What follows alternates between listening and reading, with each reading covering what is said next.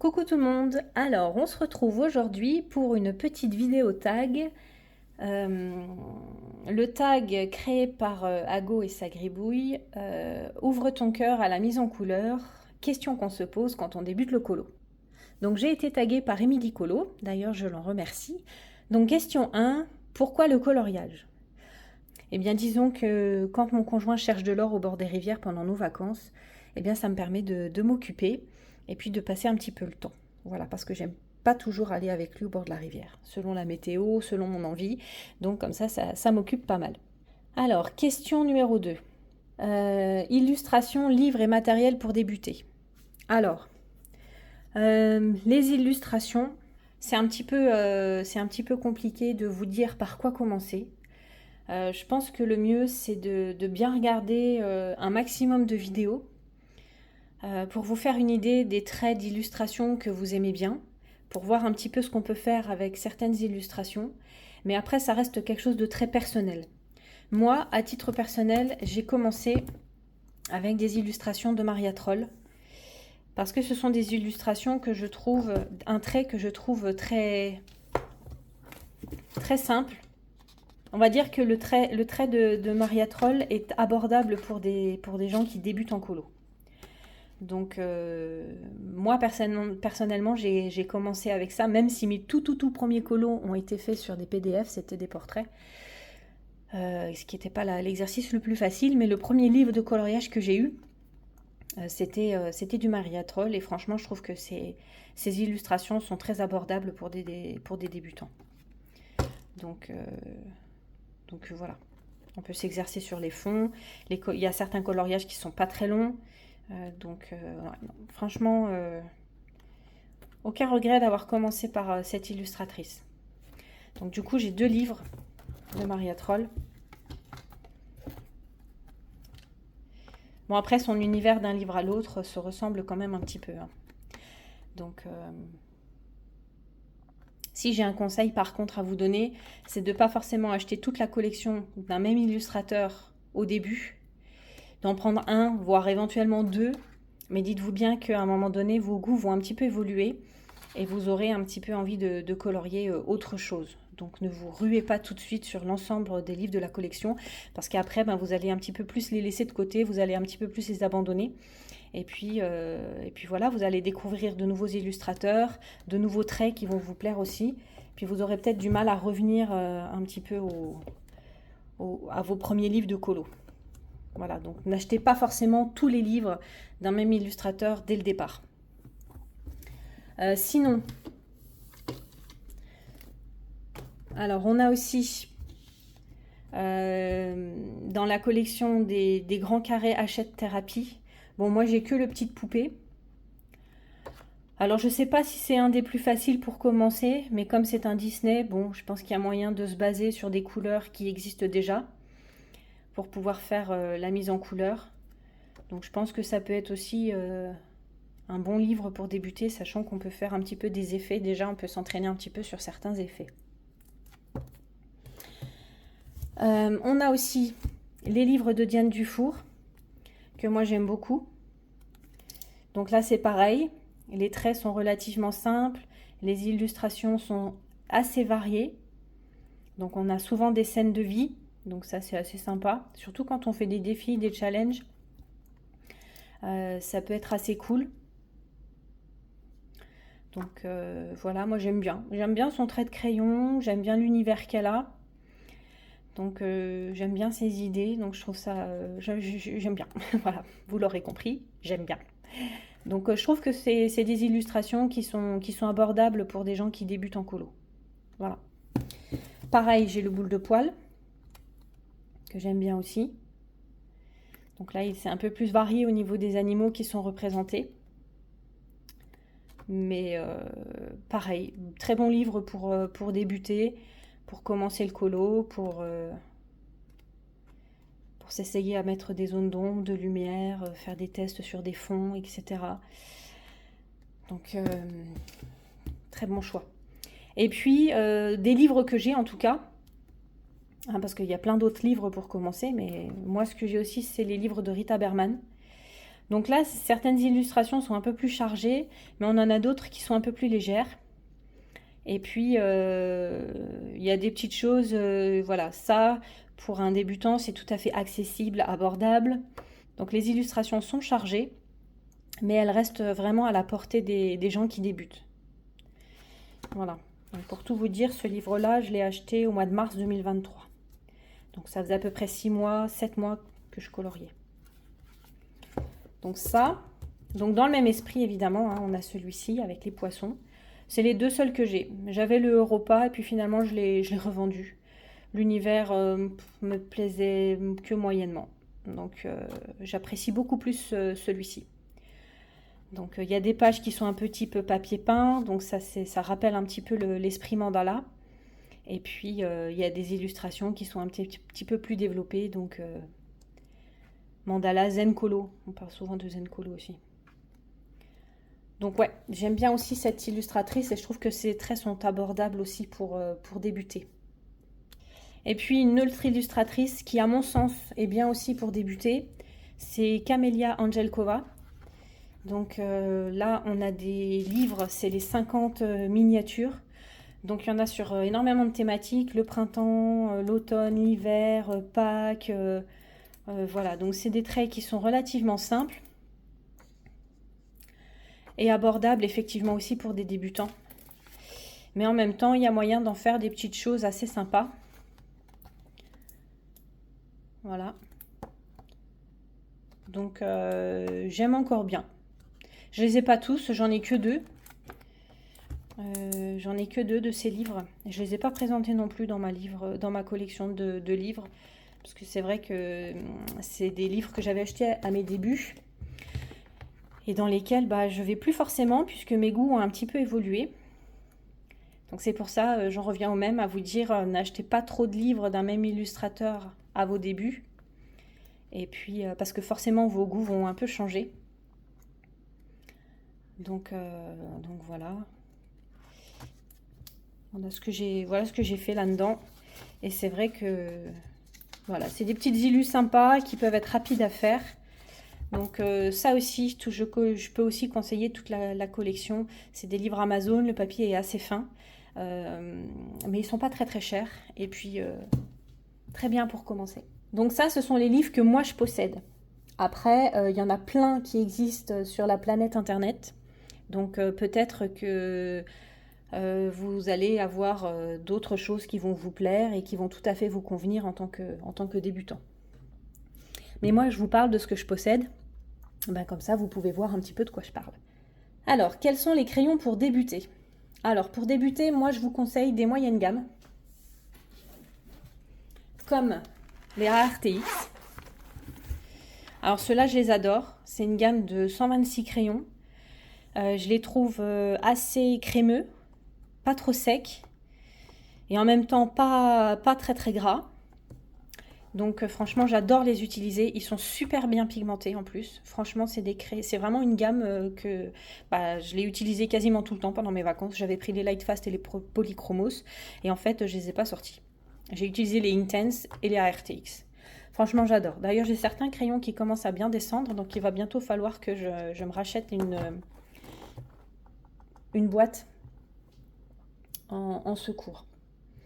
Et puis, dans le même esprit, vous avez aussi les Brutfuner 180. Donc moi, je les avais, mais je ne les ai plus. Je les ai revendus parce que je n'ai pas énormément de place. Donc comme j'ai pas beaucoup de place, quand j'ai une gamme que j'utilise moins, je préfère la revendre plutôt que de la garder. Mais les Brutfuner 180, la boîte avec le tournesol dessus, c'est vraiment des super crayons. C'est pareil, ils sont pas secs, ils sont pas gras, les mélanges se font assez bien. Vraiment une très bonne gamme que je conseille et ils sont pas très très chers. Les Brutfuner 180 doivent être aux alentours de 45 €, alors que les ARTX sont aux alentours de 70 €. Mais en promo, il y a régulièrement des promos sur Amazon, il faut surveiller un petit peu, il y a moyen de les avoir à 55 €. Dans le même esprit, il y avait aussi les Colored Pencil qu'on trouve sur AliExpress, une boîte verte qui reprend les couleurs, on va dire, des Polychromos. Donc en termes de couleurs, alors là je vais vous montrer les Polychromos, n'est-ce pas? Mais les Colored Pencil, la boîte verte, c'est des crayons qui reprennent à la fois l'esthétique et quasiment les couleurs des polychromos, mais en étant plus crémeux, moins secs, même si ceux-là ne sont pas secs. Mais disons que les Colored Pencil sont vraiment plus crémeux. Donc je les ai eus, mais finalement je ne les utilisais pas parce que je trouvais les couleurs trop proches des polychromos. Donc je ne voyais pas l'intérêt en fait d'avoir les deux gammes. Et je ne voulais pas me séparer des polychromos. Donc je me suis séparée des Colored Pencil que j'ai revendus. Voilà, mais ils étaient très bien, je les aimais bien, mais juste je ne voyais pas l'intérêt d'avoir deux gammes similaires en termes de teinte, en termes de couleurs. Je trouve que c'est plus intéressant d'avoir des gammes différentes qui permettent d'avoir des teintes différentes. Voilà, pour compléter un petit peu les manques de certaines gammes. Donc selon moi, une gamme de 100-180, c'est bien. Le minimum pour moi, c'est 100. Le top, c'est 120, voire 180. Au-delà, je trouve que c'est un peu excessif en termes de quantité de crayons. Donc voilà, je trouve que déjà avec 100, comme les Light Fast, on peut déjà avoir, ou les Luminance, on peut déjà avoir pas mal de teintes. Pour moi, 120, c'est vraiment l'idéal, et éventuellement 180. Mais au-delà, ça fait vraiment trop de couleurs, il y a vraiment trop de risques d'avoir des teintes un peu similaires, donc, ou un peu trop proches. Donc concernant les crayons, moi j'ai uniquement des trousses avec un seul emplacement de crayon. Parce que je trouve que sur les trousses où il y a un élastique qui permet de mettre 3 crayons dedans, quand on en enlève un, si les crayons sont un peu fins comme les Brutfuner, et ben en fait ils ont tendance à glisser quand on tourne les racks, les pages. Donc moi j'aime pas du tout. Donc j'ai que des trousses avec un seul crayon dedans. Et puis je trouve que pour les ranger c'est plus simple. Et puis moi j'ai fait des petites languettes en dessous avec les numéros. Et puis un petit échantillon de couleurs. J'ai pris ça sur le nuancier que propose gratuitement en téléchargement Panoramimix. D'ailleurs, je la remercie énormément pour tout le travail qu'elle a fait sur ce fichier. C'est des mois et des mois et des mois de travail et d'ajustement. Donc je me suis servi de son fichier, j'ai imprimé ça et je me suis mis ça dans le fond de ma trousse. Voilà, j'ai collé avec du scotch double face. Et ça me permet de ranger très facilement et très rapidement mes crayons dans l'ordre et de ne pas perdre de temps à chercher leur place. Et du coup de vite les retrouver par la suite. Donc ça c'est concernant les crayons. Pour commencer aussi, je vous conseille tout de suite d'acheter un très bon taille-crayon ou un très bon aiguiseur on va dire. Moi j'ai commencé avec le DAL 133. Personnellement il me convient très très bien. J'ai acheté aussi sur AliExpress un taille-crayon électrique. C'est... ouais... Bon, je l'utilise pas. Je préfère mon DAL, j'ai plus de contrôle sur le crayon. Donc indispensable pour bien aiguiser votre crayon, pour éviter trop de pertes, on va dire, au niveau de la taille du crayon. Ensuite, quel médium pour les fonds? Alors, pour les fonds, pour débuter.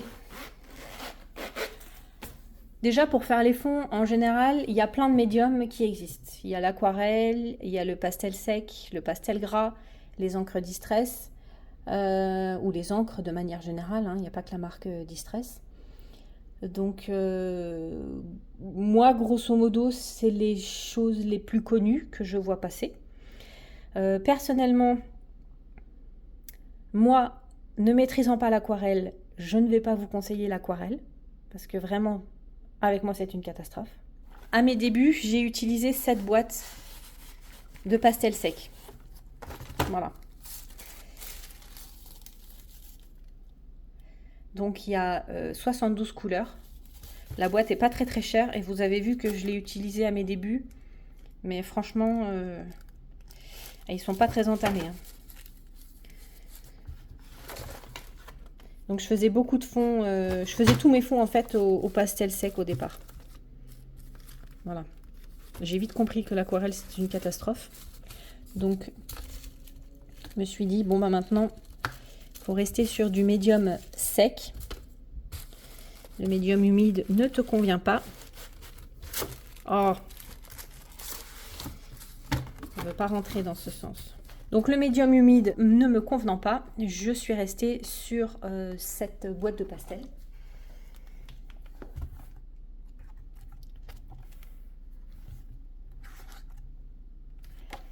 Donc voilà, au début je faisais tous mes fonds au pastel sec.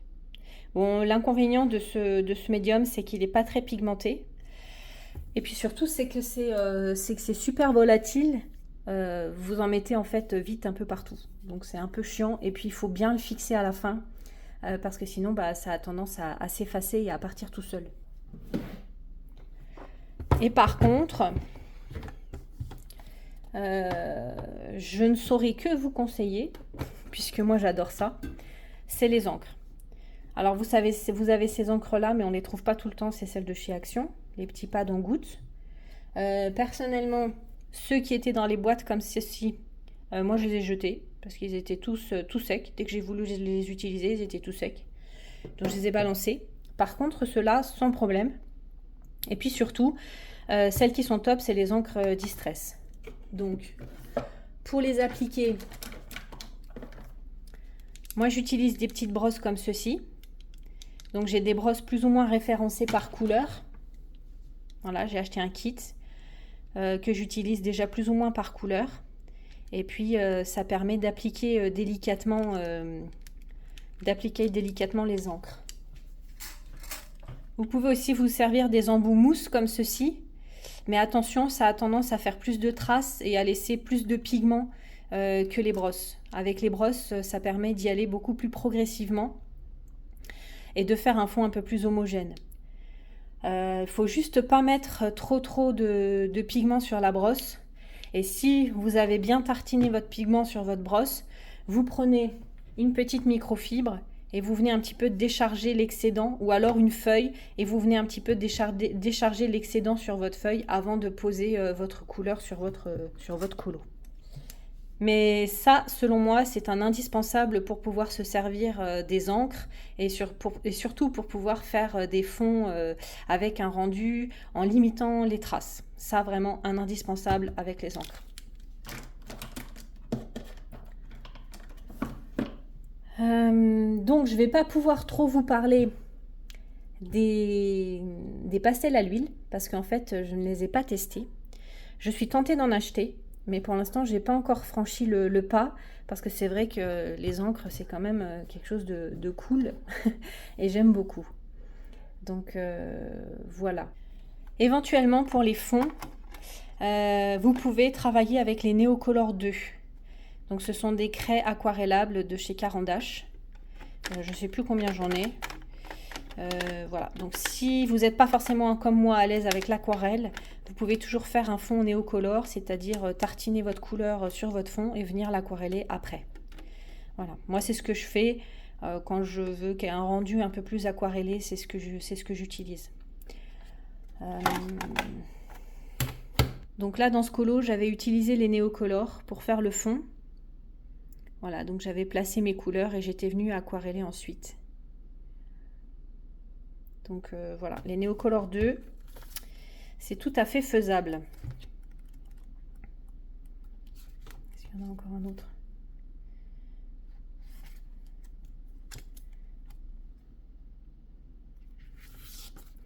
Là aussi, j'avais fait le ciel au Neocolor 2.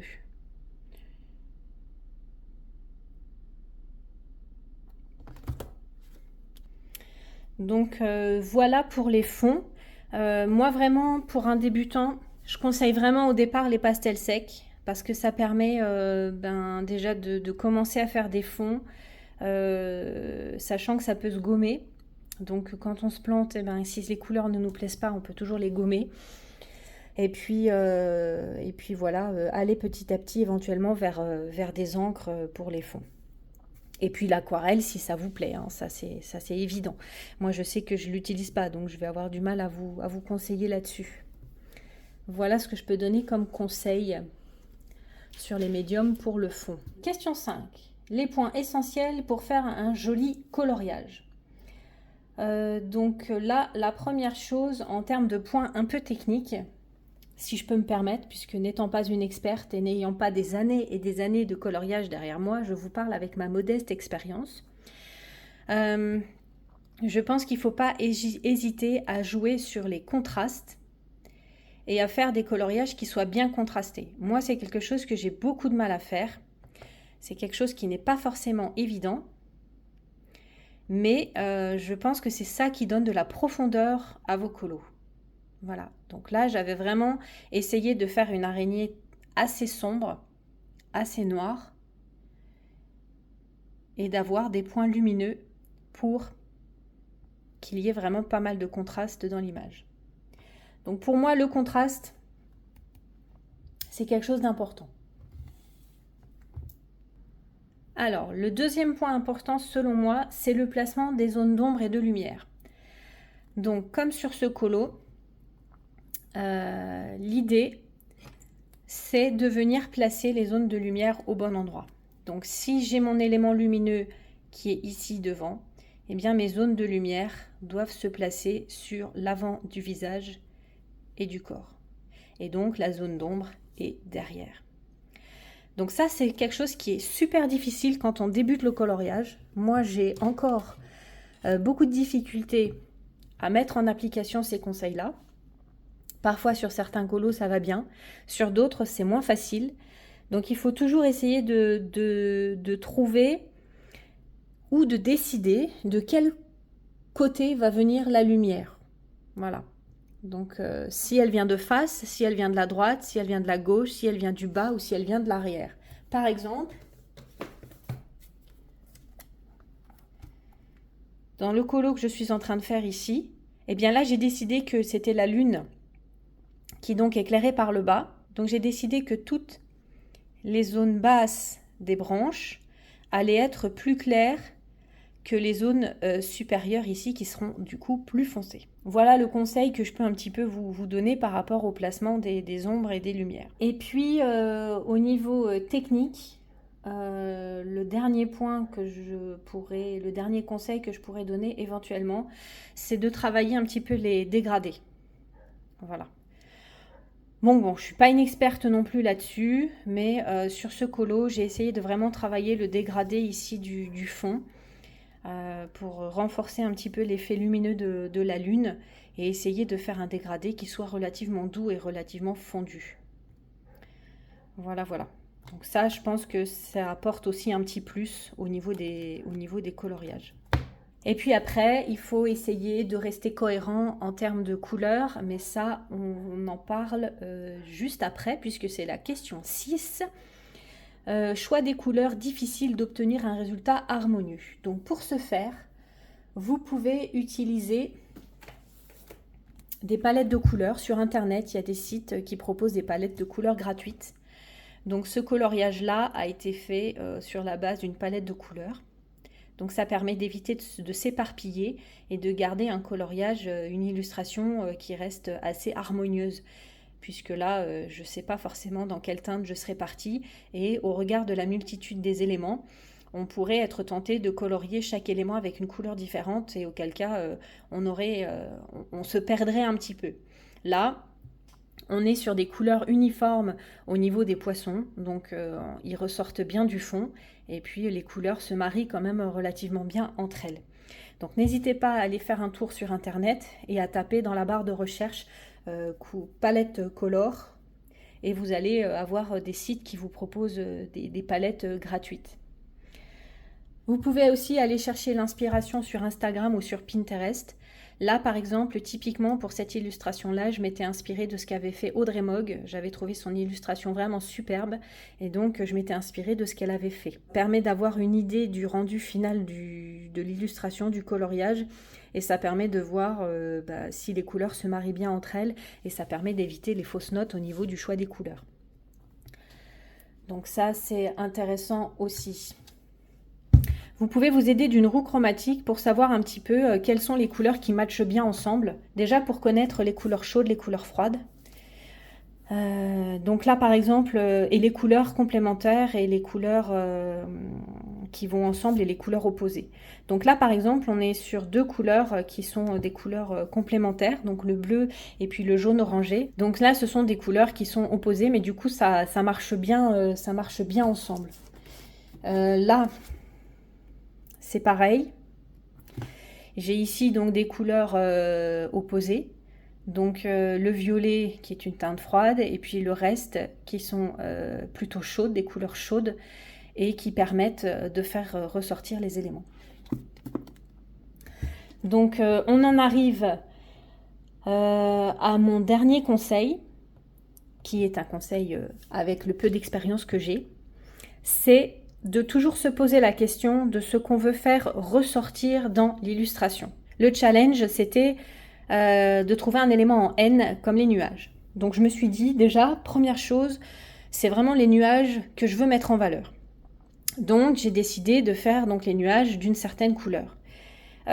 Du coup, pour qu'il y ait quand même un équilibre un petit peu dans le coloriage, dans l'illustration, j'ai fait les papillons de la même teinte et les yeux de la même teinte, histoire qu'il y ait un petit rappel et qu'il y ait quand même une petite harmonie. En revanche, les tentacules de pieuvre ici, je voulais vraiment pas qu'elles ressortent. Je voulais qu'elles fassent comme partie de la chevelure. Donc c'est pour ça que je les ai faites exactement de la même teinte que les cheveux et j'ai fait en fait comme si c'était des cheveux. Et ensuite mon fond, je l'ai accordé à la chevelure pour que ça soit assez harmonieux et que ce soit vraiment les nuages et les papillons et les yeux évidemment qui ressortent de mon illustration. Donc ça c'est vraiment quelque chose que j'ai appliqué sur ce colo là aussi. C'est-à-dire que là je me suis posé la question, qu'est-ce que tu veux faire ressortir sur cette illustration là? Donc là en l'occurrence c'était vraiment le visage, parce que c'était pour la catégorie autoportrait, donc c'est bien de mettre en valeur un visage. Donc je voulais vraiment que le regard soit focalisé à la fois sur le visage et sur les yeux, que le regard ne soit pas attiré par un autre élément. C'est pour ça que j'ai choisi une couleur un peu pastel pour le fond, pour que le fond soit assez doux, qu'il ne soit pas prédominant. Et c'est pour ça que j'ai utilisé la même couleur que le fond pour les petits éléments là qui papillonnent autour. J'ai juste utilisé un petit rappel de bleu pour faire un petit rappel avec les yeux, histoire que la couleur des yeux ne soit pas la seule couleur, on va dire, un peu perdue, comme ça, qui a un petit rappel quand même dans l'illustration. Donc vraiment, pour moi, le plus important, c'est de se poser comme question, qu'est-ce qui, dans votre colo, doit attirer le regard? Ça, c'est pour moi l'essentiel à se poser comme question. Par exemple, si je reprends les cartes ici, voilà, là, je voulais que le regard soit attiré par le serpent, puis les fleurs. Donc, j'ai fait tout le reste dans des teintes un petit peu plus froides et des teintes qui contrastent de manière à ce que ça ressorte vraiment. À l'inverse, dans ce portrait-là, je voulais quelque chose d'harmonieux. Je voulais pas forcément d'éléments qui ressortent. Donc, j'ai utilisé que des teintes froides, même le vert est un vert froid. Et donc, j'ai pas utilisé de couleurs complémentaires opposées pour qu'il y ait un élément qui sorte plus qu'un autre. J'ai voulu rester dans quelque chose d'harmonieux et de très doux et de très harmonieux. Voilà. Donc pour moi, cette histoire de mise en valeur d'un élément, c'est pour moi quelque chose d'essentiel. Question numéro 7. Alors, Blender, comment, avec quoi et est-ce obligatoire? Alors, je dirais que non, ce n'est pas obligatoire. Personnellement, je vais reprendre cette illustration parce que je l'ai sous la main. Je ne blende quasiment jamais. Déjà, qu'est-ce que ça veut dire? Blender, c'est supprimer le grain du papier. Alors, il y en a qui aiment voir le grain. Moi, on va dire que ça va dépendre des fois. Puis, il y en a qui n'aiment pas du tout voir le grain. Sur cette illustration, ça ne me dérange pas trop. Par contre, sur celle-ci, ça m'embêtait d'en avoir. Donc là, effectivement, j'ai blendé pour qu'on ne voit pas trop le grain du papier. Voilà, pour avoir un colo un peu plus doux, un peu plus lisse, un peu plus doux. Sur celui-ci aussi, j'avais pas mal blendé. Bon, c'était il y a un moment, alors il est peut-être pas très très bien blendé non plus. Hein. Voilà. Donc, pour blender, il y a différentes techniques. Moi, personnellement, j'en utilise qu'une. J'en ai essayé d'autres, hein, mais j'en utilise qu'une. C'est le blender de chez Caran d'Ache, celui-ci. Alors, il y en a un autre. Bon, je l'ai que dans une rallonge crayon, hein, les autres, c'est celui-là. Alors, il y en a un, c'est un burnisher, je crois, et l'autre, c'est un blender. Enfin, bon, on va dire selon la texture de mon crayon, j'utilise ou l'un ou l'autre. mais ils font le même job. Il y a certaines personnes qui utilisent le crayon blanc souvent pour blender un peu. Ben, je trouve que ça affadit un petit peu la couleur, donc ça dépend de l'effet qu'on veut donner. Mais effectivement, blender avec une couleur claire, ça peut aider quand on fait des dégradés par exemple. Mais il ne faut pas aller trop sur les couleurs foncées, sinon ça va vous les éclaircir forcément. Alors, il y a d'autres personnes qui utilisent les blenders. Alors désolé, il est tout dégueulasse. J'avais pas vu que j'avais fait des dégâts avec mes feutres à alcool. Il y a d'autres personnes qui utilisent les blenders feutres à alcool. Donc effectivement, ça peut aider à blender le crayon de couleur. Mais moi personnellement, j'utilise pas cette technique parce que je trouve que ça retire du pigment. Donc après, on est quand même obligé de repasser encore une fois derrière avec son crayon de couleur. Donc moi, c'est pour ça que j'aime pas du tout utiliser le blender à alcool parce que j'ai pas envie de repasser une couche de crayon supplémentaire pour rattraper la couleur le pigment qui ont été retirés avec le feutre à alcool. Voilà. Donc moi, j'utilise essentiellement les blenders Caran d'Ache. Il en existe d'autres, mais je pourrais pas vous les citer et je pourrais pas vous dire lesquels. Ceci dit, quand vous saturez bien votre papier, normalement, il n'y a pas besoin de blender. Hein. Une fois que la couche de crayon est suffisante, ça se blende tout seul. Voilà, bon, je ne suis pas une experte dans le domaine, donc ma réponse n'est certainement pas ni professionnelle, ni complète, ni exhaustive, mais voilà, je voulais vous dire un petit mot quand même de ce que moi j'utilise. Question 8. Embellir son colo avec des finitions et prise du cliché. Alors, pour les finitions, donc moi je vous conseille déjà un marqueur acrylique blanc. Ça c'est la base. Moi j'ai un Posca. Alors il existe différentes mines, différentes pointes. Bon ça c'est à vous de voir ce qui vous conviendra le mieux. Hein. Donc c'est ce qui permet de donner un petit peu de magie, de relief à votre coloriage. Voilà. Et puis, moi je ne peux pas me passer de brillant. C'est-à-dire que moi j'adore la colle à paillettes. Je trouve que ça donne un petit plus au colo. Donc j'en mets souvent dans mes finitions sur mes colos. Alors c'est pas obligatoire, mais moi j'aime bien. Donc voilà, en termes de finition. Je saurais pas trop quoi vous dire d'autre par rapport aux finitions. Moi généralement c'est comme ça que je finis mes colos, du blanc et des paillettes. Je me casse pas trop la tête non plus. Hein. Là j'ai pas mis de paillettes, j'ai mis que du blanc, un petit peu. Je reviens à celui-ci parce que je l'ai sous la main, c'est pareil. J'ai mis de la colle à paillettes. Alors vous pouvez utiliser aussi du stylo gel à paillettes. Il en existe plusieurs sur internet, sur Amazon. Du stylo gel à paillettes, des feutres acryliques pour repasser sur les lignes. Bon, vous savez que moi je ne suis pas une fanat de cette technique. Je l'utilise qu'avec le Posca blanc et encore pas sur toutes les lignes. Là, par exemple, sur ce colo-là, j'avais repassé effectivement toutes les lignes de la lune avec un Posca blanc parce que je voulais qu'elle paraisse le plus claire possible. Et là, j'avais repassé aussi les étoiles avec un feutre acrylique jaune pâle, la lune aussi d'ailleurs, au feutre acrylique, et puis du Posca blanc pour que la lune ait un côté le plus lumineux possible. Voilà. Donc ce que j'ai utilisé. Dans celui-là, je n'ai pas utilisé de paillettes.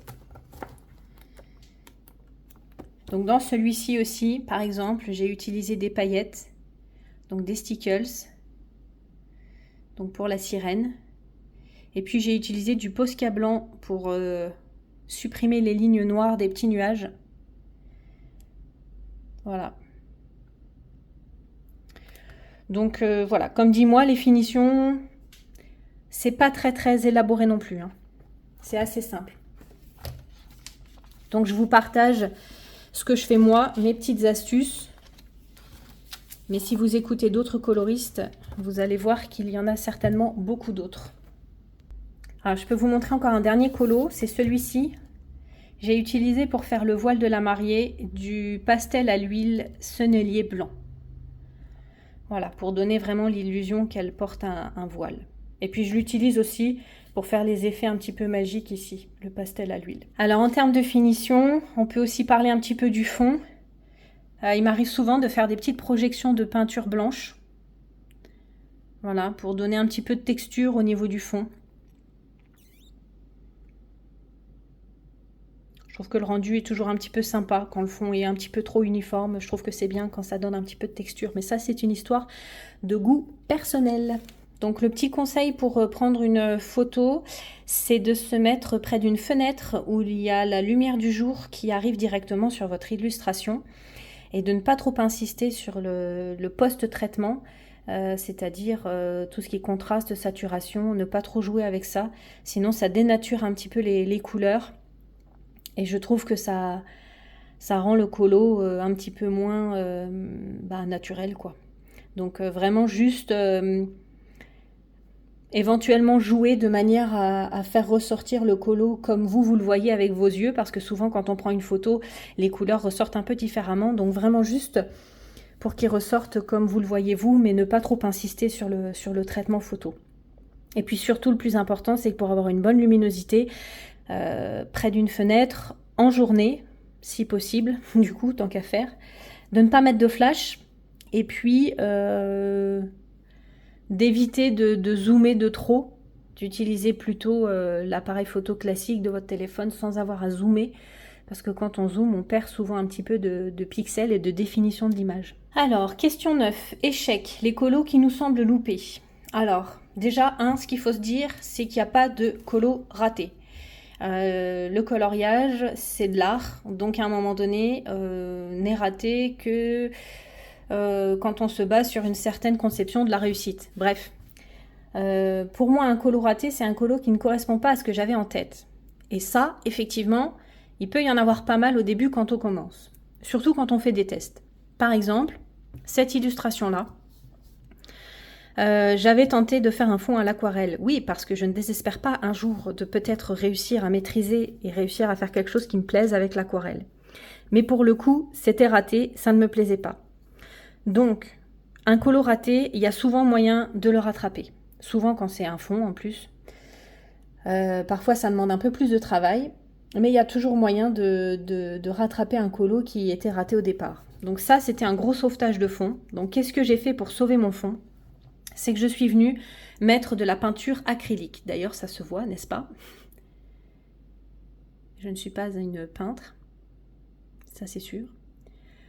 Donc voilà, donc je suis venue faire un fond à l'acrylique sur cette illustration-là pour rattraper le fond. Donc moi, ce que je peux dire, c'est que des coloriages qui me semblaient ratés, j'en ai quand même rattrapé pas mal. Donc un colo, parfois, qui ne nous plaît pas, il y a quand même toujours moyen d'essayer de le rattraper un petit peu. Je prends encore l'exemple de celui-ci. J'ai eu bien du mal, la teinte des rochers, à faire quelque chose qui me plaise. Donc j'ai effacé, j'ai gommé, j'ai refait... j'ai dû m'y prendre à 3 reprises pour obtenir quelque chose d'à peu près satisfaisant. Et encore, c'est pas la panacée. Ici, c'est pareil. J'avais démarré quelque chose d'une couleur, ça me plaisait pas du tout. Du coup, j'ai pris des marqueurs acryliques, pareil. Et j'ai donc repassé au marqueur acrylique pour faire comme une plage de sable. Donc voilà, quand le colo ne donne pas ce à quoi vous vous attendiez, il faut pas se décourager. Il faut essayer d'autres médiums. Souvent, il y a moyen de s'en sortir avec d'autres médiums.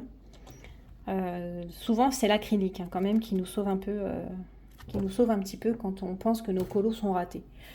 Donc voilà, il faut essayer de persévérer, il faut essayer de retravailler. Et puis il faut essayer de ne pas abandonner tout de suite.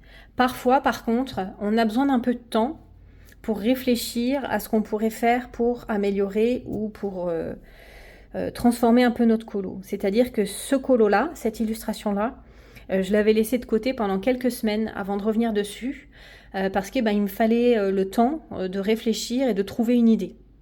Voilà.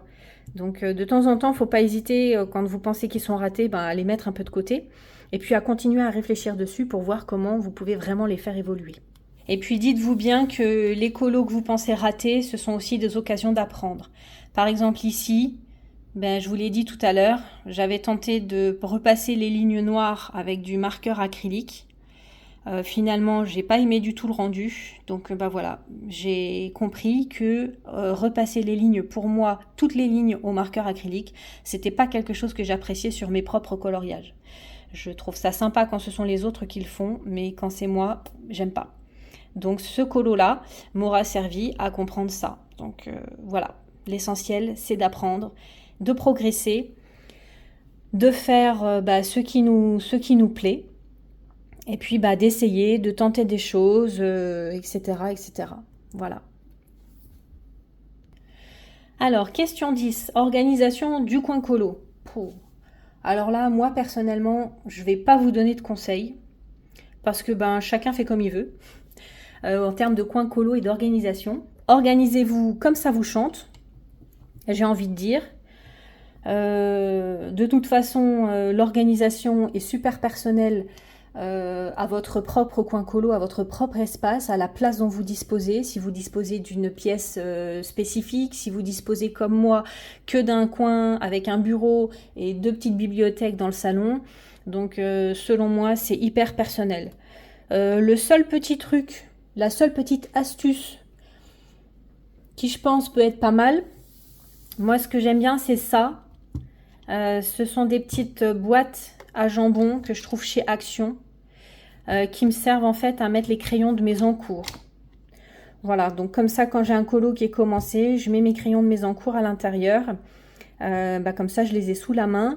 Ça me permet de plus vite retrouver mes combos en fait. Donc je peux en avoir plusieurs, des boîtes comme ça j'en ai plusieurs. Donc si j'ai plusieurs colos en cours, je peux prendre une boîte différente pour chaque en cours. Voilà, ça c'est la seule petite astuce que j'ai qui pourrait être intéressante. Après, vous pouvez utiliser un pot à crayon, hein, c'est pareil. Voilà, mais chacun s'organise comme il veut. Et ouais, j'estime que j'ai pas forcément de conseils vraiment pertinents à donner sur l'organisation parce que ça me semble vraiment trop personnel en fonction de la place dont vous disposez et en fonction de l'état d'esprit de chacun. 11. Comment s'améliorer et progresser? Donc je l'ai dit, il faut pas hésiter à utiliser des images de référence pour apprendre à placer les ombres. Ne pas hésiter non plus à regarder des tutos ou des vidéos pas à pas. Ça vous permet d'apprendre aussi comment placer les ombres et faire les dégradés. Ne pas vous mettre trop la pression pour autant, ça c'est l'élément essentiel, hein. C'est que malgré tout ce qu'on voit sur les réseaux sociaux, on a tendance à vite se mettre la barre un peu trop haute, donc non. Faites attention à pas vous mettre trop la pression, ça doit rester un plaisir. Donc voilà, donc on en arrive à la question 12. La clé pour prendre du plaisir et s'amuser. Donc là, pour s'amuser et prendre du plaisir, vous prenez tout simplement un livre qui vous plaît, un petit colo qui va vous sembler détente et plaisant à faire. Vous prenez vos crayons et puis vous vous mettez tout simplement à colorier en essayant de vous concentrer sur ce que vous faites pour vous vider la tête de tous vos autres soucis et puis de prendre plaisir à voir l'illustration se mettre en couleur petit à petit. Et de prendre surtout plaisir à voir les couleurs donner vie à votre illustration. Pour prendre du plaisir aussi et s'amuser, ne vous comparez pas aux autres. Quand on débute, on a vite tendance à dire « Oh là là, mais j'arriverai jamais à faire ce qu'elle fait, etc. » Non, ça vous oubliez tout de suite. Vous prenez tout simplement vos crayons, vous coloriez à votre rythme, vous coloriez à votre niveau, vous faites des choses selon votre niveau, petit à petit, pas à pas, et puis les progrès se feront de toute façon tout seuls. Et puis, ne vous mettez pas la pression. Le coloriage est un loisir, c'est un moment de détente, ce n'est ni un concours de performance, donc ni je ne sais pas quoi d'autre. Mais en tout cas, c'est vraiment pas un concours de performance. Donc prenez votre temps, faites vos petits colos. L'essentiel est de ressentir un moment de plénitude et de sérénité quand vous coloriez. Ça, c'est le plus important. C'est Nadia de la chaîne Clanadia qui avait fait une vidéo intéressante sur le flow en coloriage. Donc je vous invite à aller regarder sa vidéo, c'était assez intéressant. Donc surtout, prenez plaisir à ce que vous faites. Prenez le temps de vous concentrer sur ce que vous faites. Prenez le temps de savourer ce moment de coloriage et de vous dire que vous prenez du moment pour vous et que vous prenez, que c'est votre moment de détente. Voilà, pour moi, c'est la clé. Et puis, question 13, intégration, colosphère et réseau. Alors, vous pouvez très bien aller vous promener sur les différents lives qui existent sur les différentes chaînes. Quasiment toutes les chaînes ou presque proposent des lives. Donc, vous pouvez aller discuter un petit peu dans les chats. Et puis, voilà. Et vous pouvez également participer à des petits challenges sur Instagram. Il y en a pas mal. Sur YouTube, il y en a pas mal aussi.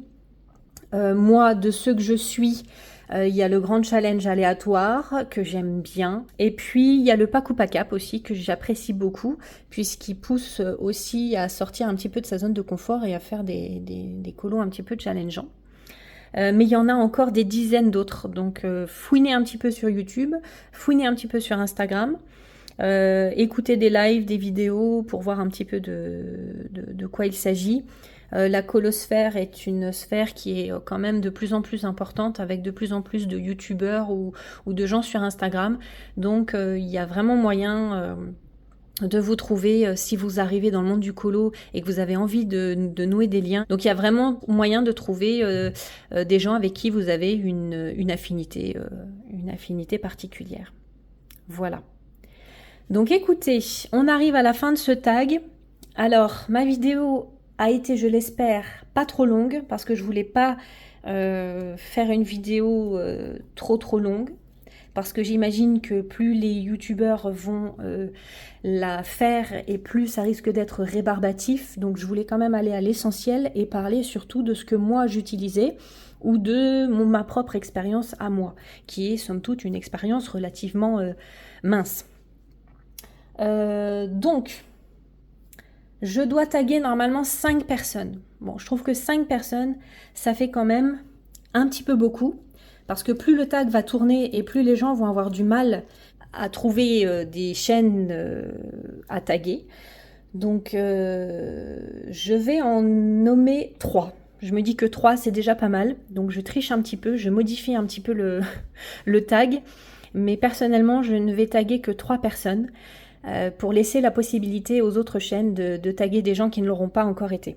Alors, je vais taguer la chaîne de Crafty Dragon, la chaîne de Dans l'atelier de Marilyn et la chaîne d'Elie en couleur. Donc voilà, si les filles vous êtes d'accord pour répondre à ce tag, et ben, je vous invite à faire cette petite vidéo si elle vous intéresse. Évidemment, j'invite toutes les personnes qui souhaiteraient répondre à ce tag à en faire de même. Même si je vous ai pas tagué, vous pouvez, si vous avez envie de faire cette vidéo, évidemment la tourner. Voilà. Donc, je pense avoir fait le tour des questions. Alors, n'hésitez pas à me dire en commentaire ce que vous en avez pensé.